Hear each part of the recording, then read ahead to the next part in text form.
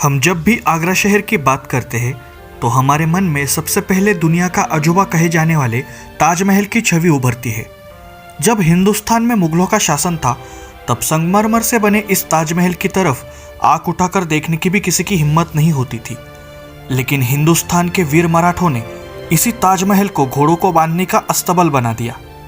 जानते हैं इसके पीछे की अनोखी कहानी। मैं शशांक आपको बताऊंगा बहुत ही बढ़िया इंफॉर्मेशन और इंटरेस्टिंग फैक्ट्स। 16वीं शताब्दी तक मुगल सल्तनत हिंदुस्तान की ही नहीं बल्कि आशिया खंड की सबसे बड़ी और ताकतवर सल्तनत थी। लेकिन 6 पीढ़ियों से चलती आ रही इस इस्लामिक सल्तनत को छत्रपति शिवाजी महाराज नाम के तूफान ने जड़ से हिला दिया। उनके बाद धर्मवीर छत्रपति संभाजी महाराज ने औरंगजेब को दिल्ली छोड़कर दक्कन में आने के लिए मजबूर किया। 1707 आते आते औरंगजेब की मृत्यु हो गई, लेकिन वो कभी महाराष्ट्र से वापस दिल्ली लौट नहीं सका। मराठों ने पूरी मुगल सल्तनत को बर्बाद कर दिया था। दक्कन को जीतना तो छोड़िए, उत्तर में भी एक एक करके सभी प्रांत मुगल मराठों से हारते चले गए। धीरे धीरे संपूर्ण हिंदुस्तान पर मराठों का भगवा ध्वज शान से लहरा रहा था। उत्तर भारत में जल्द ही कुछ बड़ा होने वाला था। 11 अगस्त 1757 में अहमद शाह अब्दाली द्वारा नियुक्त रोहिल्ला कबीले का नजीब उद्दौला और मराठों के बीच दिल्ली के तख्त के लिए लाल किले में बड़ा युद्ध हुआ। इस युद्ध में मराठों ने मुगल और अब्दाली की सेना को धूल चटा दी। इस जीत के साथ पहली बार मराठों का भगवा ध्वज दिल्ली के लाल किले पर लहरा रहा था।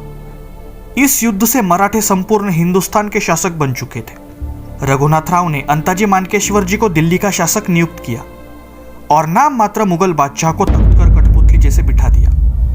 4 साल बाद 1761 में नजीब उद्दौला के कहने पर अहमद शाह अब्दाली वापस दिल्ली को कब्जाने के लिए अफगानिस्तान से हिंदुस्तान आया। मराठों और अब्दाली में घनघोर युद्ध हुआ। इसी युद्ध को हम पानीपत के तीसरे युद्ध के नाम से जानते हैं। यह युद्ध मराठे जीतते जीतते हार गए, लेकिन मराठे हार कर भी जीत गए थे, क्योंकि मराठों ने अहमद शाह अब्दाली को इतना पीटा था कि वो युद्ध के बाद तुरंत अफगानिस्तान लौट गया और वापस कभी हिंदुस्तान में नहीं आया। इस युद्ध से सबसे ज्यादा फायदा नजीब उद्दौला का हुआ था, क्योंकि मराठों और अब्दाली में युद्ध छेड़कर वो खुद दिल्ली की गद्दी पर बैठा था।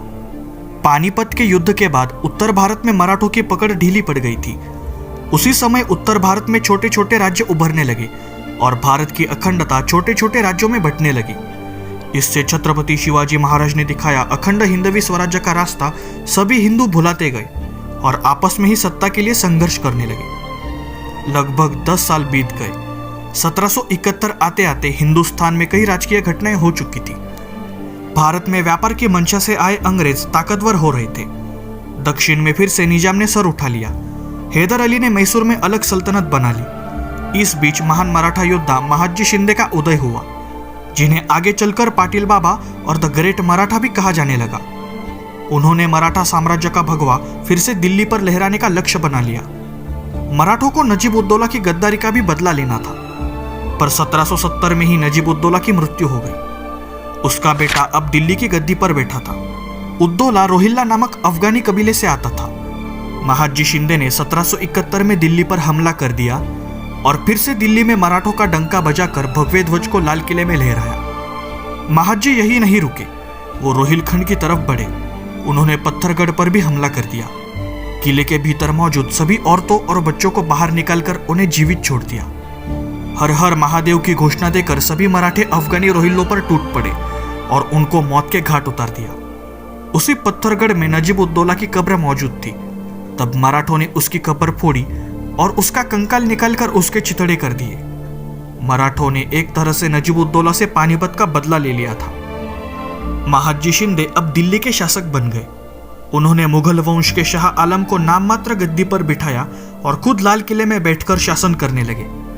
धीरे धीरे मराठों ने उत्तर भारत में फिर से अपनी पकड़ मजबूत कर ली।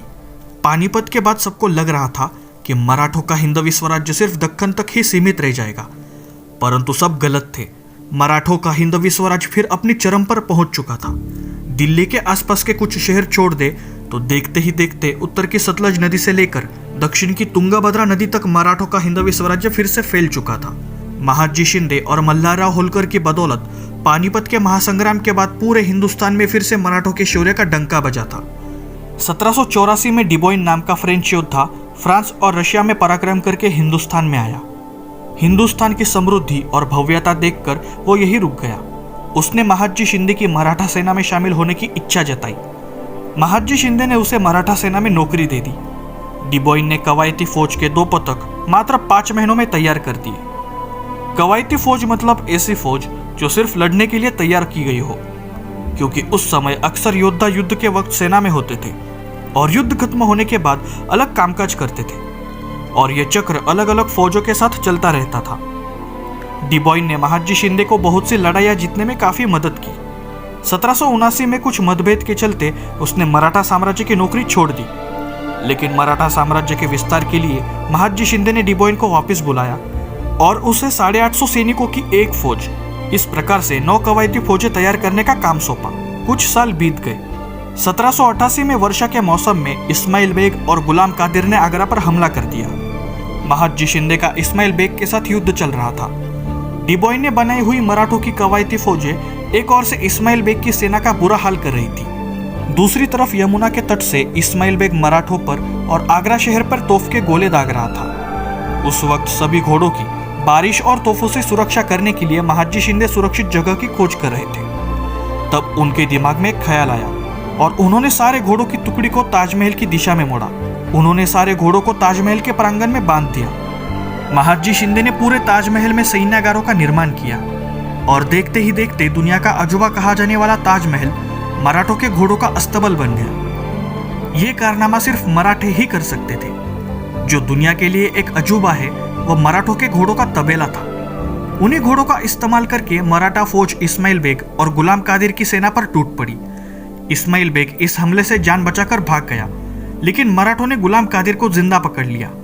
ये गुलाम कादिर उसी नजीब-उद-दौला का पोता था जिसने अहमद शाह अब्दाली को भारत बुलाकर पानीपत का युद्ध करवाया था। मराठों ने गुलाम कादिर की आंखें निकाली, उसके ओठ और नाक काट दिए और ऐसी हालत में उसे मथुरा के एक पेड़ पर लटका दिया और वही उसकी तड़प कर मौत हो गई। इस विजय के साथ मथुरा, वृंदावन जैसे बचे हुए शहर भी मराठों ने जीत लिए।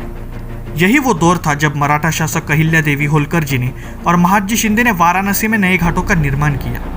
काशी विश्वनाथ, मथुरा के श्री कृष्ण मंदिर के साथ हजारों प्राचीन मंदिरों की पुनर्स्थापना की। मराठों के असामान्य कर्तृत्व से इतिहास में नए पन्ने जुड़ गए। इस वीडियो से आपको कुछ अलग जानकारी मिली हो तो ये वीडियो आपके दोस्तों के साथ जरूर शेयर कीजिए। मिलते हैं आपको अगली वीडियो में। वीडियो को लाइक और चैनल को सब्सक्राइब करना मत भूलिए। I am Shashank, signing off.